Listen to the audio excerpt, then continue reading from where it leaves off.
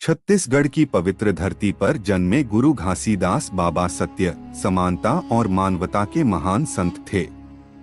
उन्होंने समाज से छुआछूत, जात पात और अंधविश्वास को मिटाने का संदेश दिया।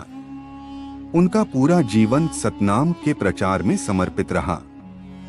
जन्म और प्रारंभिक जीवन। गुरु घासीदास बाबा का जन्म 18 दिसंबर 1756 को छत्तीसगढ़ के गिरौदपुरी धाम में हुआ था। बचपन से ही वे शांत, दयालु और आध्यात्मिक विचारों वाले थे। उन्होंने देखा कि समाज में ऊंच नीच और भेदभाव बहुत ज्यादा है। गरीब और दलित लोगों के साथ अन्याय किया जाता था। सतनाम पंथ की स्थापना। गुरु घासीदास बाबा ने लोगों को सतनाम का मार्ग दिखाया। उन्होंने कहा, मनखे मनखे एक समान, अर्थात सभी इंसान बराबर हैं।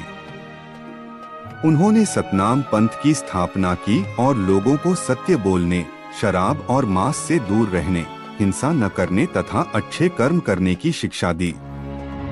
जैत खाम का महत्व। गुरु घासीदास बाबा ने सफेद जैत खाम को सत्य और शांति का प्रतीक बताया। आज भी गिरौदपुरी धाम में विशाल जैत खाम श्रद्धा का केंद्र है। समाज सुधार का कार्य। उन्होंने समाज में फैली कुरीतियों के खिलाफ आवाज उठाई। उनकी शिक्षाएं थीं, सत्य बोलो, सभी से प्रेम करो, जात पात मत मानो, नशा और हिंसा से दूर रहो, मेहनत और ईमानदारी से जीवन जियो। गुरु बालक दास का योगदान। उनके पुत्र गुरु बलक दास ने भी सतनाम पंथ को आगे बढ़ाया और समाज सेवा का कार्य किया।